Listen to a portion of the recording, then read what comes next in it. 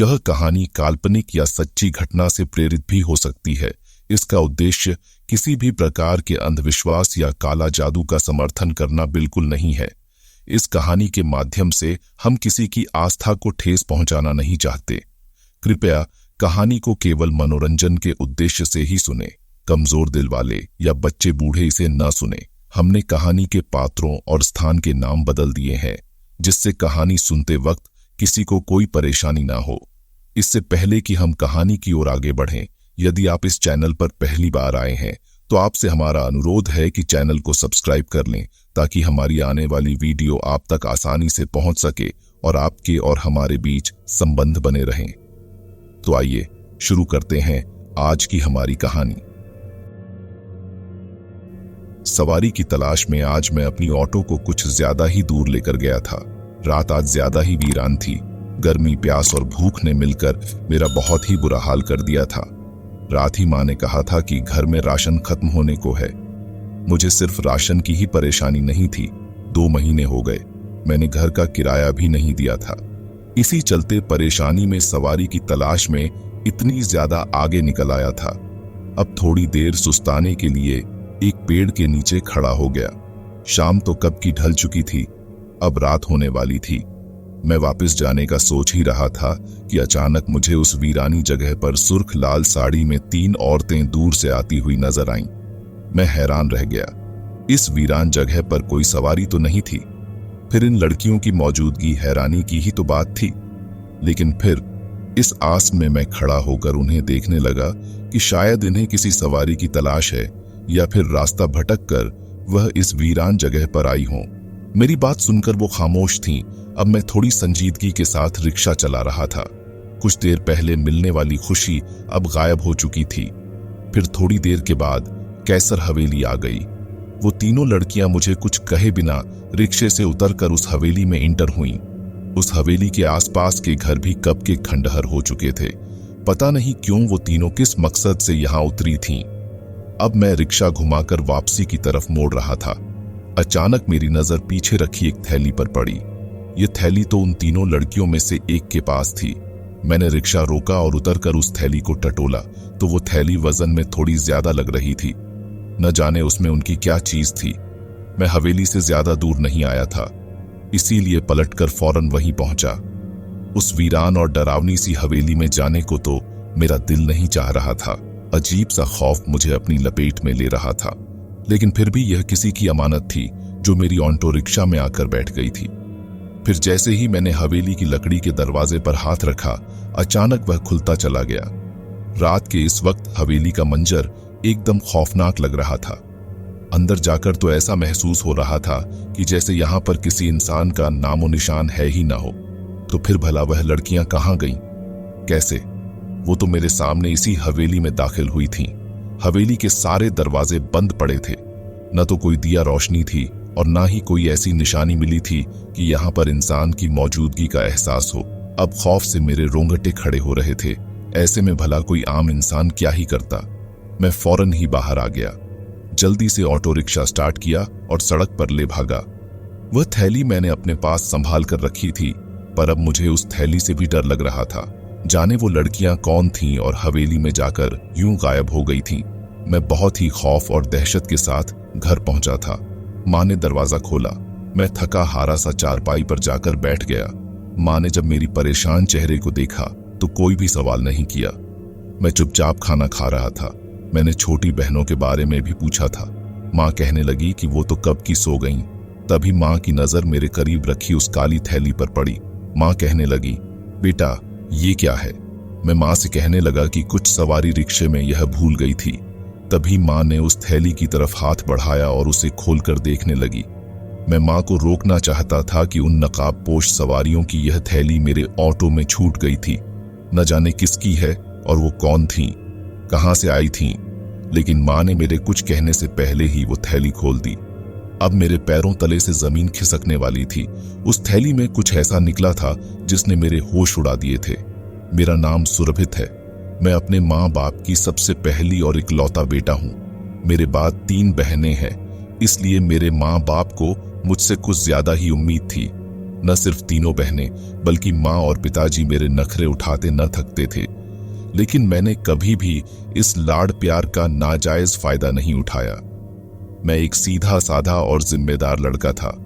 बहुत ही कम उम्र में मुझे मालूम हो गया था कि मेरे कंधों पर न सिर्फ माँ बल्कि छोटी बहनों की भी जिम्मेदारी है। मैं भी स्कूल में पढ़ रहा था। तीनों छोटी बहनें भी मेरे साथ ही एक सरकारी स्कूल में जाती थीं। पिताजी ऑटो चलाते थे।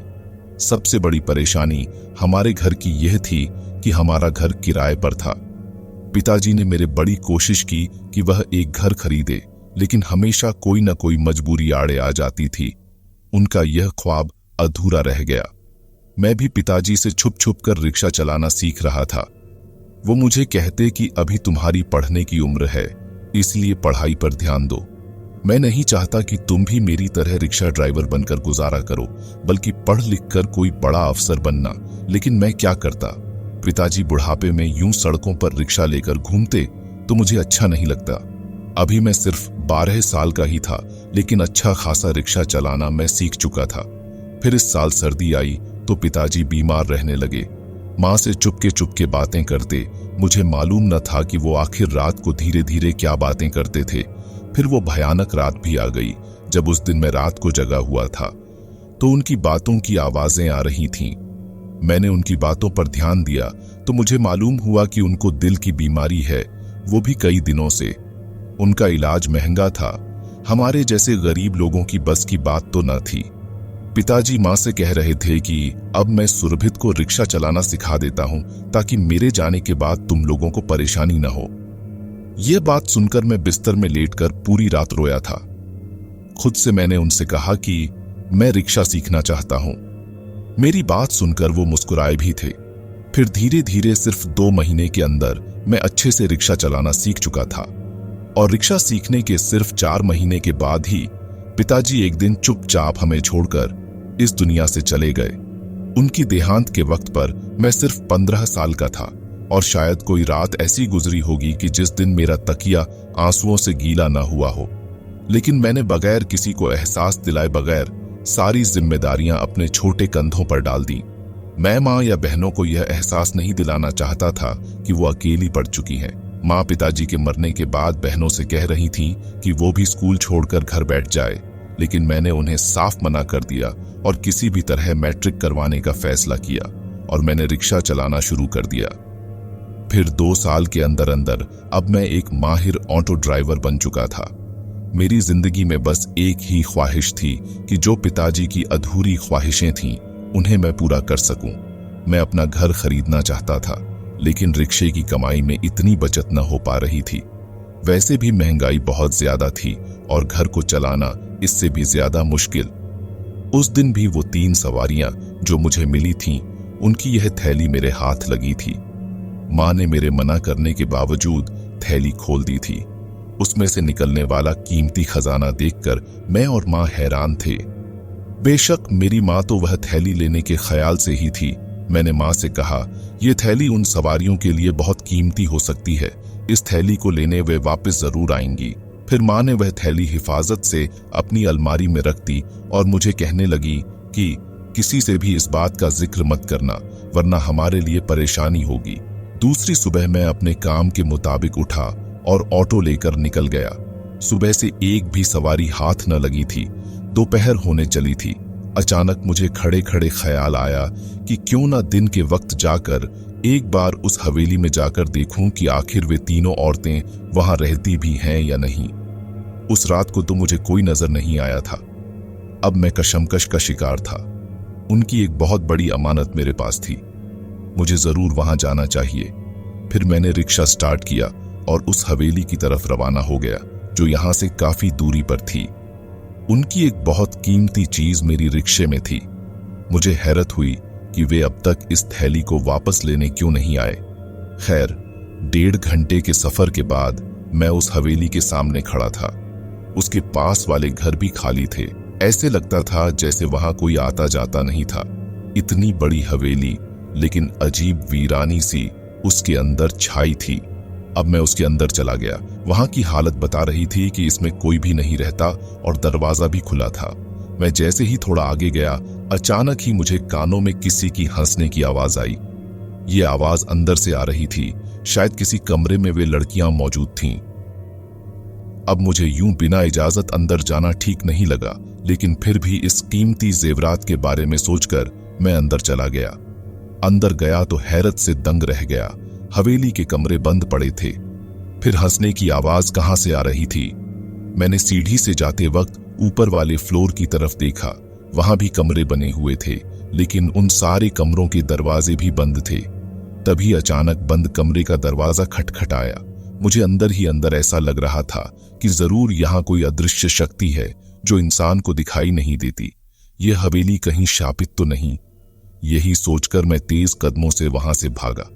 जैसे ही मैं उस हवेली से बाहर आया, एक आदमी वहां से गुजर रहा था। उसने जब मेरा खौफ से पीला पड़ता चेहरा देखा तो कहने लगा, नौजवान, तुम इस भूतिया हवेली में क्या कर रहे थे? ये तो सालों से बंद पड़ी है। लगता है तुम नए हो इस इलाके में, तभी तुम्हें इस बात की खबर नहीं है। मैंने बड़ी मुश्किल से अपने होश संभाले और उस शख्स से कहा, मैंने कल यहाँ एक सवारी को छोड़ा था। उसका कोई सामान मेरे रिक्शे में रह गया था, इसलिए वहीं देने के लिए इस हवेली में आया था, लेकिन उनका कोई नामो निशान नहीं है। क्या यह हवेली बंद पड़ी है? मैंने एक ही सांस में उस शख्स से बहुत सारे सवाल पूछ लिए। वह हैरान हुआ, फिर कहने लगा, अच्छा, लेकिन इसमें तो पिछले 20 सालों से कोई भी नहीं रहता। क्या तुम्हें नहीं पता कि इस हवेली में रहने वाला खानदान भूतों और आत्माओं से परेशान होकर यह हवेली कब की छोड़कर चला गया था? वे लोग आज तक वापस नहीं आए, जब से यह हवेली वीरान पड़ी है। इस हवेली के बारे में तो कई तरह की बातें मशहूर हैं। उस शख्स की बातें सुनकर मैं हैरान परेशान खड़ा था, क्योंकि उन तीनों नकाबपोश लड़कियों के चेहरे मेरी आंखों के सामने घूम रहे थे। वे रात के आधे पहर बिना किराया दिए यहाँ उतरी थीं। अगर मैं उस शख्स को यह बता देता कि मेरे रिक्शे में उनका बहुत कीमती खजाना था, तो वह कभी भी मेरी बात पर यकीन नहीं करता। इसीलिए बिना कुछ बताए मैं वापस आ गया। घर आकर मैंने माँ से कहा कि मैं इस खजाने को फिर से देखना चाहता हूँ। माँ ने वह पोटली मेरे सामने लाकर रख दी। उसमें चमकने वाले कीमती हीरे जवाहरात उसी तरह से मौजूद थे जैसे कल रात मैंने देखे थे। माँ कहने लगी, बेटा, क्या वो लड़कियां नहीं मिली जो यह थैली छोड़कर गई थीं? मैंने कहा, नहीं माँ, जहां वे लड़कियां उतरी थीं वह हवेली तो बिल्कुल वीरान पड़ी है। मैं आज ही देख कर आया हूं। फिर माँ कहने लगी, बेटा, ऐसा करते हैं कि इसमें से थोड़ा सा सोना बेच देते हैं। घर का किराया भी अदा करना है और राशन के लिए भी पैसे नहीं है। तुम क्या कहते हो? इस बात पर मैंने माँ से कहने लगा, नहीं माँ, यह किसी की अमानत है। हम बिना उनकी इजाजत के इसमें से कुछ खर्च नहीं कर सकते। माँ ने मेरी बात पर सिर हिला दिया और फिर उस थैली को ऐसे ही लपेटकर अपनी अलमारी में रख दिया। मैं सोचने लगा कि जब तक यह मेरे घर में मौजूद रहेगी, माँ मुझसे इन जेवरातों के बारे में पूछती रहेंगी। इससे तो बेहतर है कि मैं उन लड़कियों को ढूंढूं और उनकी अमानत उन्हें सौंप दूं। ऐसा ना हो कि मेरी भी नीयत खराब हो जाए और मैं इसे बेचकर। अगले दिन सुबह मैं रिक्शा लेकर निकला। इत्तेफाक से मुझे उसी इलाके की सवारी मिली। वह बड़ा उम्र का बुजुर्ग था जो उसी तरफ जा रहा था। फिर मैं बातों ही बातों में उससे कहने लगा, क्या आप कैसर हवेली के बारे में कुछ जानते हैं? बुजुर्ग हैरान हुआ और कहने लगा, बेटा, तुम क्यों पूछ रहे हो? वह तो 20 साल से खाली पड़ी एक पुरानी हवेली है। फिर मैंने उस बाबा से कहा, बस मुझे ऐसे ही उसके बारे में जानने का मन किया। क्या आप बता सकते हैं कि उसके मालिकों ने उसे क्यों खाली किया? फिर वह बुजुर्ग कहने लगा, आज से 20 साल पहले उस हवेली में एक खानदान बसता था। लोग बहुत ही हंसी खुशी से रह रहे थे, लेकिन उनके खानदान का एक नौजवान जिसका नाम अभिराज था, उसका आना जाना बहुत ही गलत लोगों में हो गया था। वो लोग जादू टोने के माहिर थे और अभिराज को भी उन्होंने इसी काम में लगा दिया था। इस हवेली में रहने वाले सारे लोग जानते थे कि अभिराज का आना जाना एक पीर बाबा के इलाके में लगा रहता है। एक दिन अभिराज ने उस बाबा को एक खास किस्म की पूजा करते हुए देख लिया। वह पीर बाबा कोई खास किस्म की हवन कर रहा था, जिसे करके वह किसी शैतानी रूह को अपने वश में करना चाहता था। फिर दूसरे दिन उस बाबा ने अपने साथियों को यह खुशखबरी सुनाई कि उसने 4 आत्माओं को अपने कब्जे में कर लिया है। वह भी खुश नजर आ रहा था। फिर अभिराज ने सोचा कि जब यह पीर बाबा वह प्रक्रिया कर सकता है तो मैं क्यों नहीं। यही सोचकर वह अपने घर लौटा और उसने हवेली की सबसे ऊपरी मंजिल की छत पर बैठकर वह शैतानी पूजा अनुष्ठान करना शुरू कर दिया। वह लगातार 7 रातों तक सबसे छुपकर वह अनुष्ठान करता रहा। जैसे ही वह शैतानी अनुष्ठान खत्म हुआ, अचानक ही ऐसा लगा जैसे हवेली में भूचाल आ गया हो। तेज हवाओं के साथ लाल आंधी चलने लगी। हवेली में चारों तरफ एक तूफान आ गया। चीजें उड़कर खुद ब खुद ही दीवारों से टकरा रही थीं। सारी हवेली के लोग परेशान थे। उनकी समझ में नहीं आ रहा था कि आखिर यह सब हो क्या रहा है। थोड़ी देर के बाद यह सब थमा और अभिराज को यह खुशखबरी मिली कि उसने एक बहुत ही बड़े भूतों के मुखिया को इस अनुष्ठान के जरिए अपने वश में कर लिया है। अभिराज ने वह शैतानी अनुष्ठान पीर बाबा से भी ज्यादा खतरनाक तरीके से किया था, लेकिन हवेली वाले यह नहीं जानते थे कि आने वाली जिंदगी उनके लिए कितनी मुश्किल होने वाली है। जैसे ही वह सरदार अभिराज का गुलाम बना, अभिराज ने हवेली के एक कमरे में ही अपना डेरा जमा लिया। अब वह हर वह काम कर सकता था जो पीर बाबा किया करते थे। क्योंकि वह एक आत्माओं का सरदार था, धीरे धीरे बाकी के भूत प्रेत भी एक एक करके हवेली में आकर रहने लगे। वे अपने सरदार को बहुत चाहते थे और किसी भी कीमत पर उसे इंसानों की दुनिया में नहीं देख सकते थे। जैसे जैसे भूत प्रेत हवेली में आकर बसते गए, हवेली में रहने वाले परिवारों की परेशानियां बढ़ने लगीं। पहले तो लोग अनजान थे कि यह सब क्या हो रहा है, लेकिन अभिराज की अजीब हरकतें दिन प्रतिदिन बढ़ने लगीं। दिन में वह शक्तियां खुद को जाहिर नहीं करती थीं, लेकिन जैसे ही रात होती, हवेली में चीजें उठाने पटकने की आवाजें आने लगतीं। अभिराज ने सिर्फ एक भूतों के सरदार को अपने वश में किया था। बाकी आत्माएं उसके नियंत्रण से बाहर थीं, जिससे वह बहुत बड़ी मुश्किल में फंसने वाला था। अभिराज अब पीर बाबा के पास गया और अपनी सारी परेशानियां उसे बताईं। बाबा उसे डांटते हुए बोले, तुमने मेरी इजाजत के बिना वह खतरनाक अनुष्ठान क्यों किया? मैं तो कभी किसी सरदार को गुलाम नहीं बनाता, क्योंकि फिर उनकी दुनिया के बाकी लोग भी पीछे लग जाते हैं। अब वह शक्तियां तुमसे बदला लेने के लिए कभी हवेली खाली नहीं करेंगी।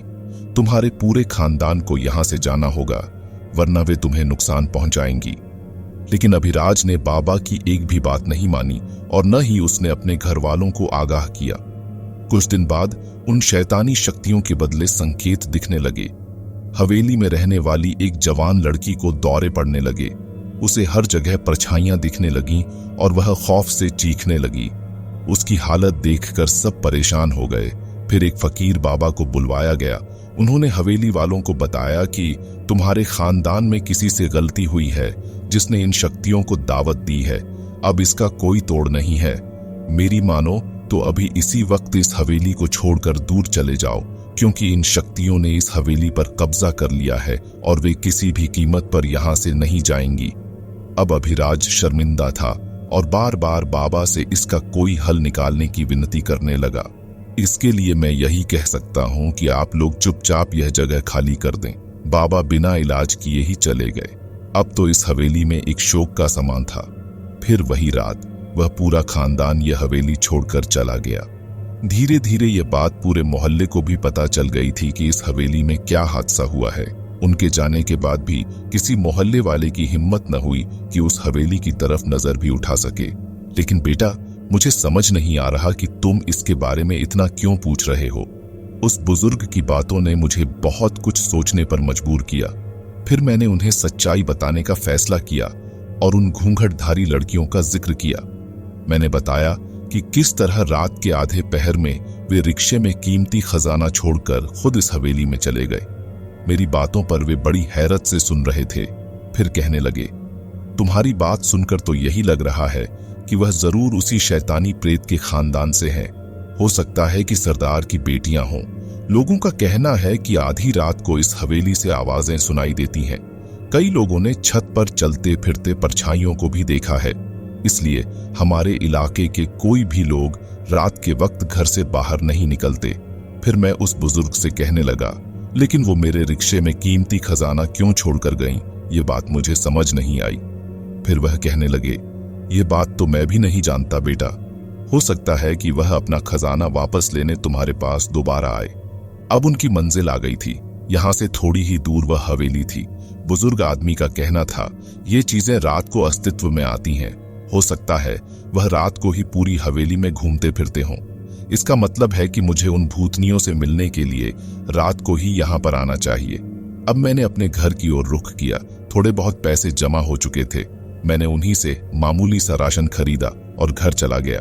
और उन आत्माओं ने तो मुझे अजीब सी मुश्किल में फंसा दिया था।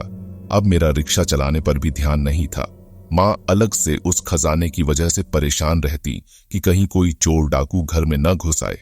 फिर मैंने अपने दिल को मजबूत किया और रात को मैंने उस हवेली में जाने का फैसला किया। अभी रात के 12 से 1 बजे का वक्त होगा और मैं उस हवेली में जाना चाहता था बगैर माँ को बताए। जैसे ही वक्त हुआ मैंने उस वीरान पड़ी हवेली की ओर रुख किया। कुछ 1 मिनट में ही मैं पहुंच गया था। रिक्शे को मैंने वहां से थोड़ी दूर एक पेड़ के नीचे खड़ा कर दिया था और अब पैदल ही मैं उस हवेली की तरफ जा रहा था। सारी गलियों में सन्नाटा छाया हुआ था। इंसान तो दूर की बात, कोई जानवर भी यहां दूर तक नजर नहीं आ रहा था। मेरा पूरा शरीर खौफ और दहशत का शिकार था, लेकिन फिर भी हिम्मत करके मैं उस हवेली में आ गया। जैसे ही मैं अंदर आया, खौफ से मेरी हालत खराब हो चुकी थी। दिन के वक्त तो हवेली बिल्कुल शांत और उजड़ी हुई थी। अब उसमें जुगनुओं की रोशनियों की वजह से खूब रौनक थी। मैं एक पेड़ के पीछे छुपकर खड़ा हो गया। अचानक ही हवेली का बड़ा सा दरवाजा खुला और मेरी आंखों ने सामने हैरत अंगेज मंजर देखा। उस दरवाजे से 3 खूबसूरत लड़कियां निकलीं। उनके लंबे लंबे और सुनहरे बाल थे। लंबे लंबे रेशमी सलवार पहने वे हंस हंस कर एक दूसरे से बातें कर रही थीं। मैंने उनकी सुरीली आवाज से पहचान लिया था कि ये वही आत्माएं थीं जो उस रात मेरे रिक्शे में बैठी थीं। अभी मैं उस पेड़ के पीछे खड़ा डर से कांप रहा था। मैं समझ गया कि उनकी नजर जरूर मुझ पर पड़ेगी, क्योंकि वे मेरी तरफ ही आ रही थीं। अब वे तीनों उसी पेड़ के नीचे खड़ी होकर बातें करने लगीं जिसके पीछे मैं छुपा था। तभी उनमें से एक लड़की ने दूसरी से कहा, मुझे यहाँ पर किसी इंसान की बू महसूस हो रही है। ऐसा लगता है कि हमारी हवेली में कोई इंसानी चीज दाखिल हो चुका है। तभी दूसरी कहने लगी, मुझे भी कुछ ऐसा ही महसूस हो रहा है, लेकिन भला इंसान यहाँ आने की हिम्मत कैसे करेगा, क्योंकि यहाँ पर रहने वाले सभी इंसानों को पता है कि इस हवेली पर हमारे पूरे कबीले का राज है। हम यहाँ किसी को इजाजत नहीं देते कि वह हमारे साथ रहे। वो लड़कियां ऐसी बातें कर रही थीं जबकि मैं खौफ से सांस तक नहीं ले पा रहा था। फिर तीसरी लड़की कहने लगी, चलो आओ, अब हम पिताजी से कहते हैं। अब वे तीनों अंदर की तरफ बढ़ रही थीं। अचानक ही मेरे पांव किसी कीड़े ने काटा तो मेरे मुंह से उसी वक्त जोरदार चीख निकली। तीनों एकदम पलटी और मुझे अपने सामने देखकर हैरान रह गईं। मैंने उन्हें यूं फटी आंखों से देखा तो बहुत डर गया। अब वो चलती हुई मेरे करीब आई और कहने लगी, रिक्शे वाले, तुम इस हवेली में कैसे अंदर आए? कांपते आवाज में उनसे कहने लगा, मैं किसी गलत इरादे से नहीं आया हूं। मैं जानता हूं कि यहाँ भूतों का कबीला है, लेकिन आपकी अमानत मेरे पास है। इसी वजह से मैं उस अमानत को लौटाने के वास्ते आज इस हवेली में आया था। तीनों लड़कियां हैरान थीं। फिर कहने लगीं, रिक्शे वाले, तुम तो बहुत ही ईमानदार निकले। हाँ, वो हमारे ही जेवरात थे जो उस रात हम सुनार से लेकर आ रहे थे, लेकिन हम गलती से उस रिक्शे में भूल गए। लाओ, दो हमारे जेवरात किधर हैं?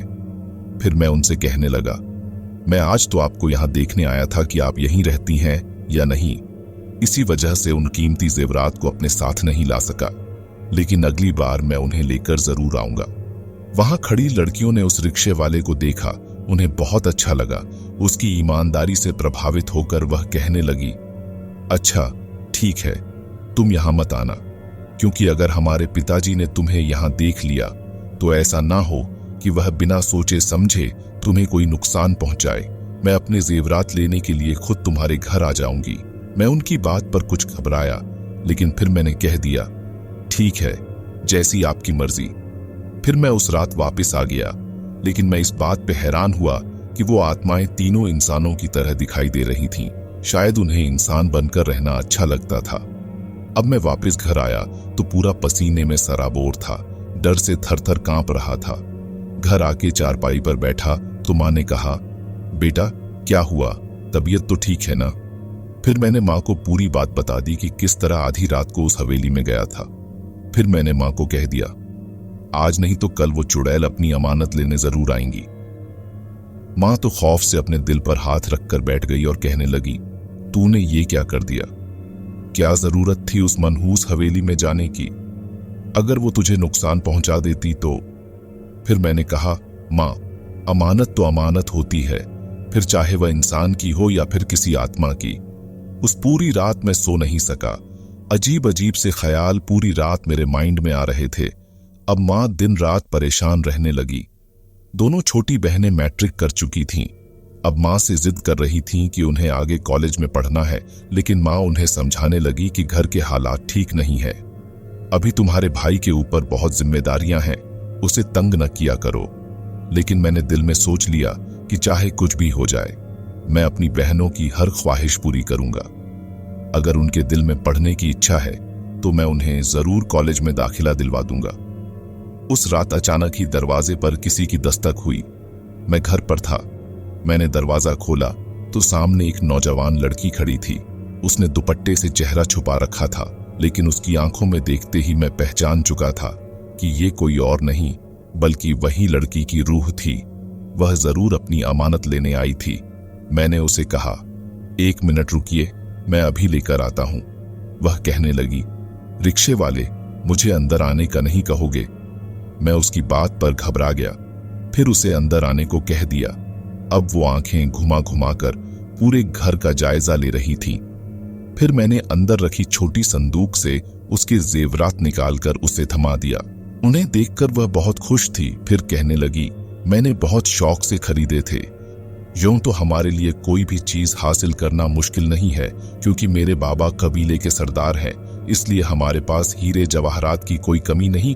लेकिन जो भी चीज मुझे पसंद आती है उसे हासिल करके ही रहती हूँ। इसलिए मैंने खुद अपनी मर्जी से एक सुनार से खरीदे थे। मेरा शुक्रिया अदा करके फौरन वो यहाँ से गायब हो गई। मैं शुक्र मनाने लगा कि जिसकी अमानत थी उसे मिल गया। मेरे सर पर से बोझ उतर गया था।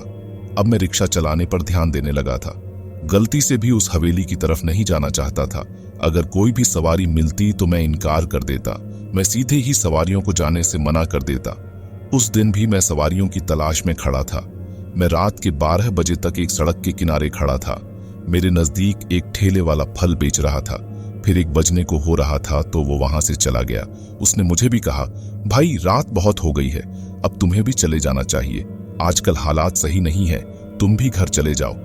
लेकिन मैं सवारी की आस में आज फिर रात तक सड़क पर ही मौजूद था। अभी मुझे खड़े थोड़ी देर ही हुआ था, अचानक मेरे कानों में किसी की हंसी की आवाज आई। मैंने मुड़कर देखा तो हैरत से उछल पड़ा। वहीं तीनों लड़कियां मुझे देखकर हंस रही थीं। मैं अपने दिल में सोचने लगा कि उनका सामान तो मैंने लौटा दिया था, फिर ये मेरे पीछे क्यों पड़ी है? कहीं आज फिर ये मेरे रिक्शे में बैठ के। यही सोचकर मैं तुरंत मुड़कर खड़ा हो गया। दिल चाह रहा था कि अभी ऑटो स्टार्ट करूं और घर की तरफ चला जाऊं। फिर एक लड़की मेरे पास आई और कहने लगी, रिक्शे वाले, हमें हवेली की तरफ छोड़ दो। बस यही सुनना बाकी था कि मैं खुद के अंदर इतनी हिम्मत समेट नहीं कर पा रहा था कि मैं उनसे कह सकूं कि मैं वहां नहीं जाना चाहता। मुझे तो सांप ही सूंघ गया था। तभी दूसरी लड़की कहने लगी, देखो तो ये इंसान कितना कांप रहा है। अभी तो हम इसके सामने इंसानी रूप में आए हैं, अगर अपने असल रूप में आए यह तो बेहोश होकर गिर जाएगा। वो तीनों अब ठाके मारकर लगातार हंसी जा रही थीं। मैं कुछ शर्मिंदा हुआ, फिर कहने लगा, जिस तरह मैं भगवान का बनाया इंसान हूं, इसी तरह आप भी तो ऊपर वाले की ही बनाई हुई हो। मैं डर नहीं रहा हूं, लेकिन आपकी हवेली यहां से बहुत दूर है और मेरा आने जाने के लिए पेट्रोल बहुत ज्यादा लग जाता है। वैसे भी उस दिन आपने मुझे किराया नहीं दिया। मेरी यह बात सुनकर एक ने कहा, इसलिए तो हम तुम्हारे पास आए हैं, क्योंकि वह किराया तो बहुत मामूली था। हम तो तुम्हें एक खास चीज देने आए हैं, लेकिन इससे पहले तुम्हें हमारी एक बात सुननी पड़ेगी। मेरी बहन, जिसका नाम शुभ्रा रूपसी है, तुम्हारी ईमानदारी से बहुत प्रसन्न है और तुम्हें अपना दिल दे बैठी है। क्या तुम इससे दोस्ती करोगे? मैंने हैरान होकर उस लड़की को देखा जो बड़े प्यार से मुझे देख रही थी। मुझे खामोश देखकर दूसरी कहने लगी, शुभ्रा से दोस्ती कर लो, तुम्हें बहुत फायदा पहुंचाएगी, तुम्हारी जिंदगी बदल कर रख देगी। मैं कसमाकस में था, उन्हें इनकार करने की हिम्मत भी न थी और न ही मैं हामी भर सकता था। इस तरह तो ये हर वक्त मेरे सामने आकर मुझे यूं ही परेशान करती रहेंगी। फिर शुभ्रा रूपसी कहने लगी, मुझे ईमानदार लोग बहुत अच्छे लगते हैं। मैंने आज तक किसी इंसान को इस नजर से नहीं देखा। तुम बहुत अच्छे हो, बस मैं यह चाहती हूं कि मैं तुम्हारे लिए कुछ करूं। तुम्हारी जिंदगी बदलकर तुम्हारी जिम्मेदारियों को कम करना चाहती हूं। उस लड़की की बात ने मुझे हैरत में डाल दिया था। फिर मैंने अपने दिल की रजामंदी पर उस लड़की से दोस्ती के लिए हामी भरी। फिर वह कहने लगी कि मैं तुम्हारे साथ तुम्हारे घर में रहना चाहती हूं। इसके लिए तुम्हें अपने घर वालों से बहाना बनाना होगा। मैं तुम्हारे रिक्शे में पूरी दुनिया देखना चाहती हूं। अब 2 लड़कियां तो वापस उस हवेली में चली गईं, जबकि एक लड़की मेरे साथ घर आ रही थी। मैं डर से सराबोर था कि कहीं माँ उसके साथ मुझे देखकर डर न जाए, लेकिन मैंने ठान लिया कि माँ से सच्चाई नहीं बताऊंगा कि वह इंसानी लड़की नहीं बल्कि लड़की की रूह है। जब मैं रात के करीब 8 बजे उस लड़की को अपने साथ लेकर घर पहुंचा तो माँ ने ही दरवाजा खोला। वह हैरान थीं क्योंकि आज मेरे साथ एक लड़की थी। उनके पूछने पर मैंने कह दिया कि यह लड़की लावारिस इस हालत में सड़क पर खड़ी थी, बहुत बुरे हालात से गुजर कर आई है, इसलिए इसे लेकर आ गया। यहां हमारे साथ इस घर में कुछ दिन रह लेगी, फिर किसी शेल्टर होम में चली जाएगी। मेरे इस झूठ पर वह लड़की बड़ी हैरत से मेरा चेहरा देख रही थी, लेकिन मैंने उससे नजरें चुरा लीं। मैं उसे क्या बताता कि हमारे यहाँ चाहे कोई नौजवान लड़की हो, दिन हो या रात, उसका यूं आधी रात को किसी नौजवान लड़के के साथ आना ठीक नहीं समझा जाता। माँ ने न जाने मेरे झूठ पर यकीन किया था या नहीं, लेकिन उनकी नजरें उस लड़की पर जमी थीं जिसने गले में सोने का खूबसूरत हार पहन रखा था, जबकि हाथों पर मोटे मोटे सोने के कंगन और कानों में भी सोने की बालियां डाली थीं। शायद इसी वजह से वह शक भरी नजरों से उस लड़की को देख रही थीं। अब वह इस घर में मेरे साथ ही रहने लगी। जैसे ही मैं रिक्शा चलाकर घर लौटता, फौरन ही खुशी से दरवाजा खोलती और फिर माँ और छोटी बहनों के सो जाने के बाद मेरे साथ रिक्शे में बैठकर बाहर निकल आती। अब रात को वह कभी किसी जगह जाने की फरमाइश करती तो कभी किसी और जगह, और मैं पूरा दिन थका हारा होता, लेकिन फिर भी उस लड़की की फरमाइश पर मैं उसे हर उस जगह पर घुमाता जहां वह जाना चाहती थी। मेरी बहनों से उसकी अच्छी खासी दोस्ती भी हो चुकी थी। फिर एक दिन जब मैं घर आया तो माँ मुझसे कहने लगी, देखो तो सही यह लड़की कितनी अच्छी है। आज मकान मालिक दरवाजे पर खड़ा होकर शोर मचा रहा था तो यह कहने लगी कि दोबारा यहाँ आने की जरूरत नहीं। इस बेचारी लड़की ने अपने कानों से सोने की बालियां उतारकर उस मकान मालिक को दे दी। मैं तो शर्मिंदा हो गई थी, लेकिन क्या करती, मेरी भी तो मजबूरी थी। अब मैं माँ को क्या बताता कि वह तो भूतों के शहंशाह की बेटी थी, उसके पास दौलत की कोई कमी थोड़ी ना होगी।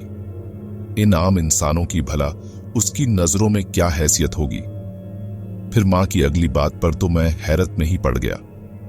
वह कहने लगी, क्यों ना तुम इस लड़की से शादी कर लो। मैं तो यही कहती हूं कि इसके लावारिस रहने से अच्छा है कि तुम इसे ही अपनी बहू बना लो, इसे भी सहारा मिल जाएगा। मुझे माँ की साफ दिली पर बहुत प्यार आया, लेकिन मैं हाथ जोड़कर कहने लगा, भगवान के लिए माँ, ये बात उसके सामने मत कहना। मैं उन्हें कैसे बताता कि वह लड़की कोई और नहीं बल्कि एक आत्मा थी और न जाने कितने दिन तक इस घर में रहेगी। एक दिन आधी रात को मेरा रिक्शा खराब हो गया और रात के 2:00 हुए थे, लेकिन मैं सड़क पर ही बुरी हालत में खड़ा था। आसपास कोई नजर नहीं आ रहा था जिसे मैं मदद के लिए बुला सकूं, ना ही कोई मैकेनिक की दुकान थी। ऐसी हालत में मुझे अपनी किस्मत पर बेहद गुस्सा आ रहा था। ऑटो रिक्शा भी मेरे दादा के जमाने की थी। रिक्शा अब तक 12 साल पुरानी हो चुकी थी। न तो मेरे पास मोबाइल था और दूर दूर तक किसी इंसान के आसार नजर नहीं आ रहे थे। अभी मैं परेशान हालत में खड़ा था कि अचानक मुझे दूर से 2 आदमी आते हुए दिखाई दिए। लंबे चौड़े कद के वे आदमी सीधा मेरी तरफ आ रहे थे। फिर वे मेरे पास आकर रुक गए और कहने लगे, क्या हुआ लड़के, परेशान नजर आते हो, चलो हम तुम्हारी मदद करते हैं। फिर उन्होंने कुछ सेकंड में ही ऑटो स्टार्ट कर दिया और मुझे दे दिया। कहने लगे, चलो हम तुम्हें घर छोड़ देते हैं। मैं उनका शुक्रिया अदा करने लगा तो वे कहने लगे कि हम किसी के कहने पर यहां आए हैं। यह कहकर जैसे ही मैंने रिक्शा आगे बढ़ाया और पीछे पलटकर देखा तो वे दोनों व्यक्ति रिक्शे से गायब हो चुके थे। कुछ ही सेकंड की बात थी, इतनी जल्दी कोई कैसे गायब हो सकता है। मैं बिल्कुल सुन्न हो गया था, समझ नहीं पा रहा था कि मेरे साथ ये क्या हुआ है। जैसे ही रात के 3 बजे मैं घर पहुंचा, वहां शुभ्रा मेरा इंतजार कर रही थी। अब मां की बजाय ज्यादातर वही लड़की दरवाजा खोलती थी। फिर वह कहने लगी, मैंने ही उन्हें तुम्हारे पास भेजा था तुम्हारी मदद के लिए। अब मैं समझ गया कि वे आदमी उस सुनसान जगह पर आधी रात को मेरे पास क्यों आए थे। फिर एक दिन वह लड़की कहने लगी कि मैं वह झील देखना चाहती हूं जिसका पानी नीला है। वहां पर मैं आज तक नहीं गई। सोचती हूं तुम्हारे साथ जाऊंगी तो दुनिया को तुम्हारी नजर से देख पाऊंगी। वह खूबसूरत लड़की के रूप में मेरे साथ मौजूद थी। मैं उसके कहने पर उसे नीली झील के पास ले आया। वह बहुत खुश नजर आ रही थी। फिर मैं उसे पूरा दिन और पूरी रात घुमाने के बाद थक हार कर घर लौट आया। दूसरे दिन मैं उठा तो मां परेशान सी कहने लगी, वह लड़की न जाने कहां चली गई है। सुबह उठकर देखा तो घर में मौजूद भी नहीं थी। ऐसा तो नहीं कि वह कहीं भाग गई। मुझे भी थोड़ी चिंता सताने लगी कि कहीं वह लड़की नाराज तो नहीं हो गई, लेकिन मैंने तो उसे ऐसी कोई बात नहीं कही थी। भला वह चुपचाप कहां जा सकती है? हो सकता है कि अपने कबीले में वापस चली गई हो। खैर, उस दिन के बाद हमारे दिन बड़ी खामोशी से गुजर रहे थे। मन में एक सोच थी कि चलो उस भूतनी से तो निजात मिल गई। तो यूं ही एक रात मैं घर वापस आया तो मां कहने लगी कि कोई आदमी तुम्हारे लिए यह खत देकर गया है। जब मैंने वो खत पढ़ा तो उसमें लिखा था, तुम्हारी किस्मत बदलने वाली है। अगर अपना उपहार लेना चाहते हो तो उस पेड़ के नीचे आ जाना जहां पर तुम पहली बार हमसे मिले थे। नीचे शुभ्रा का नाम लिखा हुआ था। मैं हैरान हुआ। एक बार फिर से मुझे वहीं जाना था। अगर मैं न जाता तो वह यहां आ जाती। फिर उस रात मैंने ऑटो नहीं निकाला और पैदल ही वहां के लिए चल पड़ा। अब मैं उसी पेड़ के नीचे उन आत्माओं का इंतजार कर रहा था जिन्होंने मुझे यहां बुलाया था। थोड़ी देर बाद मेरे कानों में हल्की हंसी की आवाज गूंजी। दूर से ही उनकी रंगीन लिबास नजर आ रही थी। तभी वे हंसती मुस्कुराती तीनों एक साथ मेरे करीब आ रही थीं। फिर शुभ्रा कहने लगी, देखो तो यह रिक्शे वाला कितना अच्छा है। इसने बगैर किसी किराए के न सिर्फ मुझे पूरी दुनिया दिखाई, बल्कि एक बार भी शिकायत नहीं की कि उसकी हालत इतनी बुरी है। दूसरी आत्मा कहने लगी, तुम्हारा दिल यूं ही तो इस नौजवान पर नहीं आया। शुभ्रा ने कहा, हाँ, लेकिन अब मैं इसे परेशान नहीं करना चाहती। मैं इसकी जिंदगी बदलना चाहती हूँ। फिर उसने अपनी चादर में छुपाई हुई एक थैली मेरे हवाले कर दी और कहने लगी, ये तुम्हारे सफर का इनाम है जो तुमने अपनी जिंदगी में तय किया है। तुम्हारी आदत बाकी इंसानों से बहुत अलग है।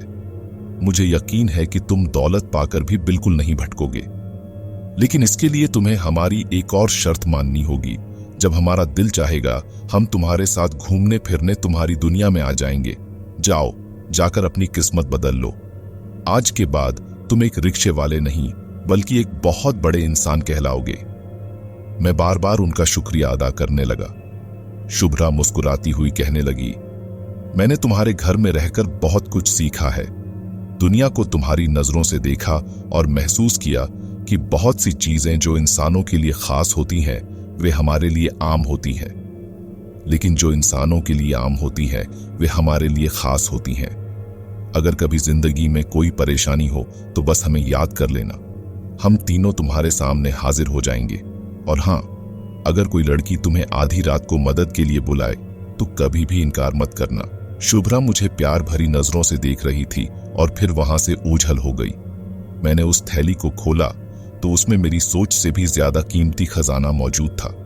रात के लगभग 3 बजे जब मैं घर पहुंचा तो मां मेरा इंतजार कर रही थी। वह परेशान होकर कहने लगी, तुम ही तो बेटा मेरी जिंदगी का सहारा हो। देखो तो इतनी देर से तुम्हारे खातिर सोई भी नहीं हूं। तुम्हें इतनी देर हो जाती है तो मेरा कलेजा बाहर आने को हो जाता है। मैंने अपनी मां को संभालते हुए उन्हें तसल्ली दी और कहा, मां, अब चिंता मत करो। अब यह बेटा कभी देर से नहीं आएगा। फिर मैंने माँ के हाथ में चाबी रखी और थैली उनके आगे रख दी। उस थैली में पड़े गहनों को देखकर माँ हैरानी भरी आंखों से मुझे देखने लगी और धीमी आवाज में कहने लगी, बेटा आखिर तू क्या करता है? ये सब कहां से आ गया? कौन भूल गया तुम्हारे रिक्शे में? मैंने प्यार से माँ का हाथ थामा और कहा, ये सब आपका है। हमारे घर में रहने वाली वह लड़की कोई आम लड़की नहीं बल्कि एक प्रेत थी। उसकी सभी ख्वाहिशें मैंने पूरी की तो बदले में उसने मुझे यह कीमती इनाम दिया। माँ बहुत खुश हो रही थी। उनकी आंखों में खुशी से आंसू झलक रहे थे। अब न सिर्फ हमारी पूरी जिंदगी बदल गई बल्कि हमारे हालात भी बदल गए। मैंने मेरी तरह के नौजवानों की मदद की जिनकी हालत मेरी तरह दुश्वार थी। मेरी तीनों बहनें अब शहर के सबसे अच्छे कॉलेज में पढ़ रही हैं। अब भी जब मुझे सड़क किनारे कोई अकेली लड़की खड़ी नजर आती है तो मैं उसे घर तक छोड़ देता हूं। लेकिन हाँ, अब मैं ऑटो रिक्शा नहीं चलाता। ये छोटी छोटी चीजें ही तो हमें इंसान होने का एहसास दिलाती हैं और एक दिन हमें बड़े मुकाम तक पहुंचा देती हैं। तो दोस्तों, ये थी आज की हमारी खौफनाक कहानी। मैं उम्मीद करता हूं कि आपको हमारी ये कहानी पसंद आई होगी। आपसे मेरा आग्रह है कि वीडियो को लाइक करें, दोस्तों के साथ शेयर करें और हो सके तो हमारे चैनल अनकही को सब्सक्राइब कर लें ताकि आने वाली हमारी वीडियो आपसे मिस न हो पाए। अगर आपके पास भी अपनी कोई कहानी है जिसे आप हम सभी के साथ शेयर करना चाहते हैं तो उसे लिखकर या वॉइस रिकॉर्ड करके, जैसे आप चाहें, हमें डिस्क्रिप्शन में दी कॉन्टैक्ट डिटेल्स पर भेज दें। हमें आपकी कहानियों को सुनाने में बेहद खुशी होगी। तो मिलते हैं एक नई कहानी के साथ। धन्यवाद।